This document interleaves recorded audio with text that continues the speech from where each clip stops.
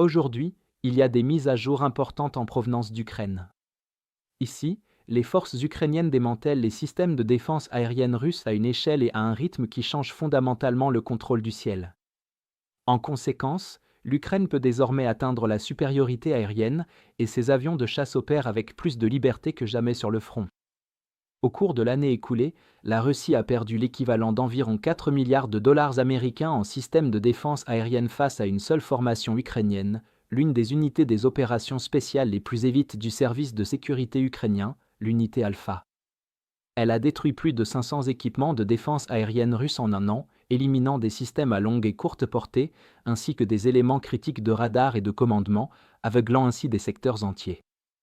Ce démantèlement systématique a ouvert des couloirs que les drones ukrainiens à longue portée ont immédiatement exploités, frappant en profondeur le territoire russe avec une régularité croissante. Plusieurs autres brigades ont rejoint les forces ce mois-ci, des systèmes Strela 10 ont été neutralisés dans le Donbass, des systèmes Tor M2 ont été touchés près de la Crimée, des radars Nebohu et des lanceurs Pantsir S1 ont été détruits sur la péninsule, et des frappes de drones à moyenne portée ont éliminé des Tor, Tunguska, et même de rares éléments radar S-350 Vityaz à l'arrière du front près de Uliaïpol et Orikir. D'autres frappes ont mis hors service un radar 9S-32 d'un système S-300V à Donetsk et détruit à la fois un lanceur Tor M2 et le radar d'un autre complexe similaire à Zaporizhia. L'effet opérationnel est profond, car les forces russes sont désormais surmenées entre la défense des unités de première ligne et la protection des zones arrières avec ce que les experts appellent un réseau de défense aérienne, squelette, qui manque de lanceurs, de radars et d'équipages formés pour assurer une couverture en profondeur.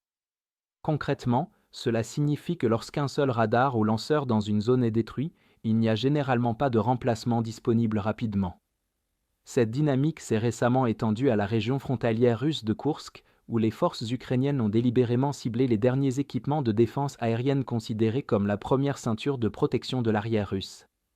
Des drones de surveillance ont suivi les systèmes Buk M2 et Buk M3 alors qu'ils manœuvraient et tentaient de se cacher dans des bandes boisées. Un instant plus tard, leurs coordonnées ont été transmises et des frappes de missiles les ont détruits sur place, donnant à l'Ukraine un accès total pour déployer sa puissance aérienne et frapper.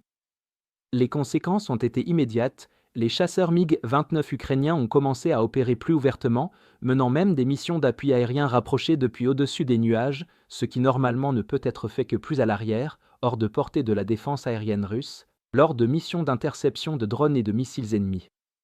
Désormais, avec la supériorité aérienne acquise, les avions ukrainiens emportent des bombardeurs, volant à haute altitude vers le front pour effectuer des missions d'appui aérien rapprochées.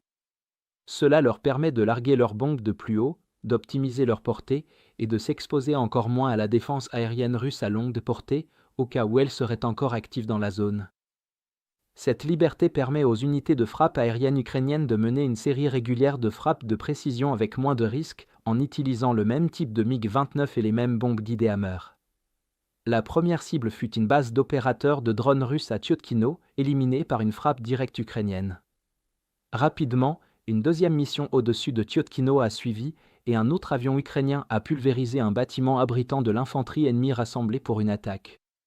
Un deuxième regroupement de forces à Yunakivka a été la cible suivante, le MiG ukrainien volant librement et larguant 2 bombes en plein sur le complexe utilisé comme cachette par les Russes. Enfin, un ensemble de maisons voisines servant de dépôt de munitions a été détruit par 2 puissantes explosions, réduisant à néant les efforts russes pour les sauver en les dispersant dans plusieurs bâtiments. Ces frappes réussies ont démontré un niveau d'intégration qui aurait été bien plus difficile à atteindre sous une défense aérienne russe intacte, qui aurait obligé les avions à voler à basse altitude. Globalement, l'Ukraine approche d'un seuil décisif dans la guerre aérienne, car le rythme dévastateur de destruction des défenses aériennes a effectivement privé la Russie d'une protection fiable sur de vastes secteurs. Les zones arrières russes ne sont plus des sanctuaires, mais des espaces exposés sous menace constante. Avec une totale liberté de frappe, l'Ukraine peut désormais perturber méthodiquement la logistique, les centres de commandement, les aérodromes et les actifs navals, sapant la capacité de la Russie à soutenir ses opérations. Le contrôle du ciel détermine le rythme de la guerre, et il bascule désormais de façon décisive en faveur de l'Ukraine. Si vous souhaitez découvrir d'autres développements importants d'aujourd'hui que nous n'avons pas pu aborder dans cette vidéo, n'hésitez pas à consulter notre carte interactive de l'actualité. Le lien vers notre carte interactive se trouve dans la description ci-dessous. Merci d'avoir regardé cette mise à jour, et un merci tout particulier à tous ceux qui suivent déjà notre carte interactive.